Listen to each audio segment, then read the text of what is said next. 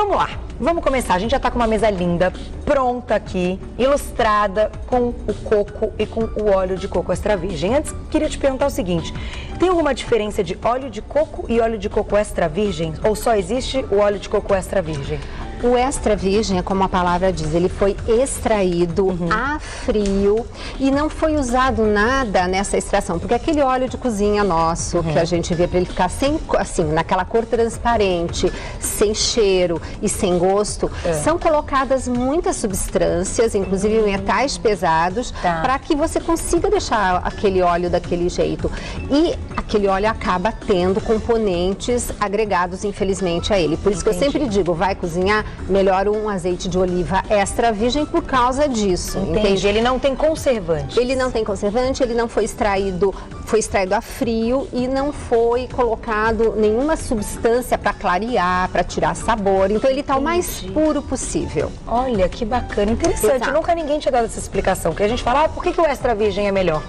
Ah, ele é melhor porque ele tem ômega 3, ômega 6, mas ninguém diz que ele não tem esses conservantes. Exato, e isso é muito importante, por isso que eu falo que mesmo que o azeite, que as pessoas falam, mas eu vou cozinhar, vai perder as propriedades. Algumas sim, mas muitas outras não, e você não está colocando um alimento cheio de outras coisas na sua alimentação, nem no seu organismo. Perfeito. Eu já ouvi, inclusive, de um chefe de cozinha, tal, que tem restaurante, que o nosso fogão, fogão de casa, não atinge uma temperatura tão alta assim, que possa fazer com que essas propriedades se vão, né? Então... Pois é, e por isso que também o óleo de coco se presta para cozinhar, tá? Também. Tanto que tem uma grande escola de gastronomia funcional em Nova York, e lá só se cozinha com azeite de oliva e óleo de coco.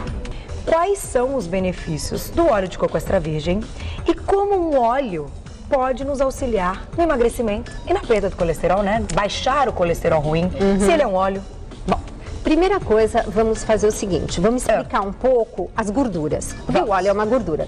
Então a gente sabe que existem as gorduras saturadas e aquelas insaturadas. Muito simples, a saturada é aquela que fica dura em temperatura ambiente. Só que essa que a gente chama que é a vilã da história. Só que é uma gordura saturada que é... Vamos lembrar de novo uma vez que eu expliquei. As gorduras, pensa numa cadeia cheia de anéis, uma grande corrente. Uma corrente. Uma corrente. Pensar numa corrente. Os elos são o que compõem essa corrente. Então, nós temos gorduras com poucos elos, curtinhas, mesmo sendo saturadas, elas são curtas. As de cadeia média, que é o óleo de coco, e as de cadeia longa.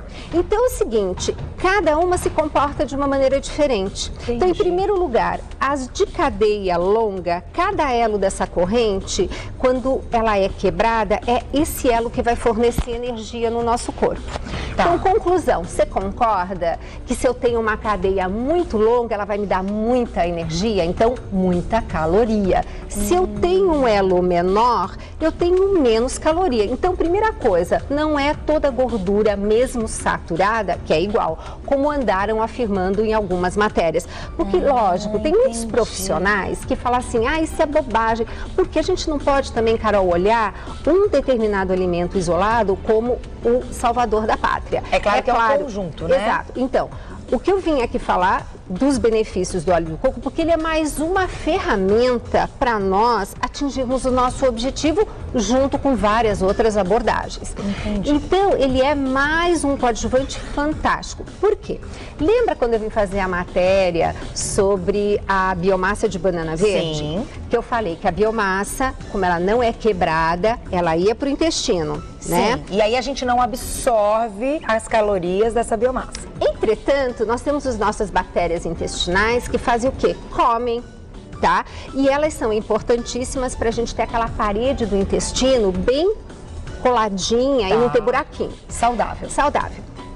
As bactérias intestinais, quando comem essa biomassa, elas produzem uma gordura saturada de cadeia curta, que fica ali. São 3 tipos diferentes. Uma delas vira comidinha, justamente dos tijolinhos do nosso intestino.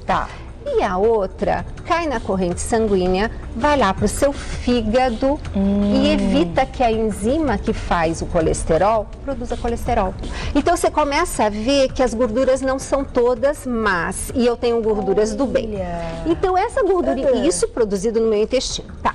Agora, essa gordura grandona, tá? Que é a saturada de cadeia longa, quando você come, como é que ela é absorvida? Você quando vai fazer exame de colesterol, você não mede aquela LDL, VLDL?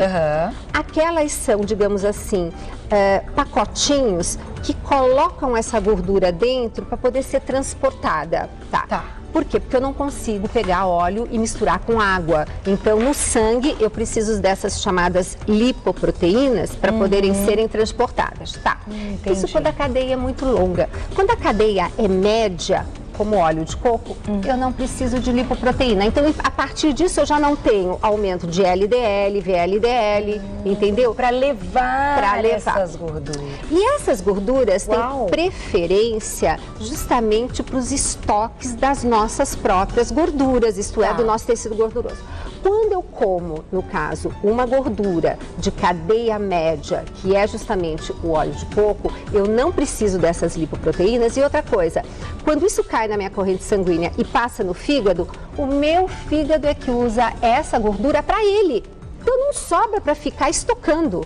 Entendeu? Entendi. Não sobra para virar aquela gordurinha do abdômen, da coxa, do braço. Ela vai para o fígado e o fígado usa isso de uma maneira benéfica. Para ele, porque ele precisa de energia. Então, eu acho que explicado isso fica mais fácil. Fantástico. E tem uma coisa bárbara. Hoje a gente descobriu, Carol, que o que eu como hoje determina a minha fome da refeição seguinte.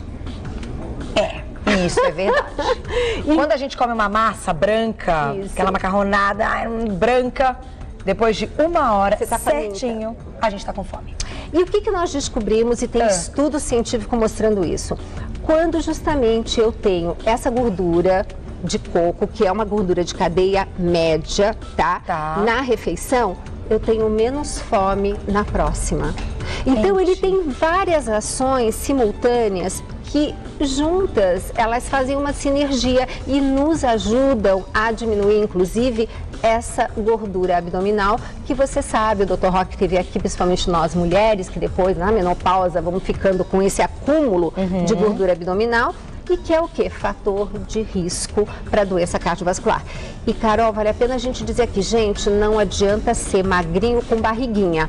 Também você tem problema cardiovascular, risco. Aliás, esse é o problema. Exato. Né? Porque dá uma enganada, você olha, você se pesa.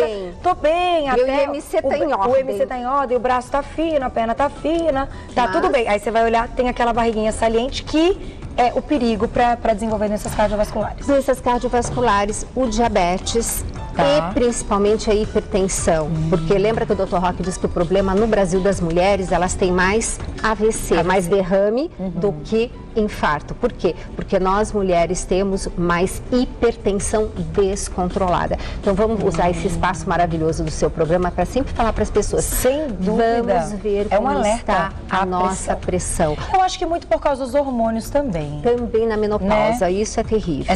Esse desequilíbrio, essa troca, né? Exato. Que sobe, desce, que tem os problemas todos que a gente citou de menopausa.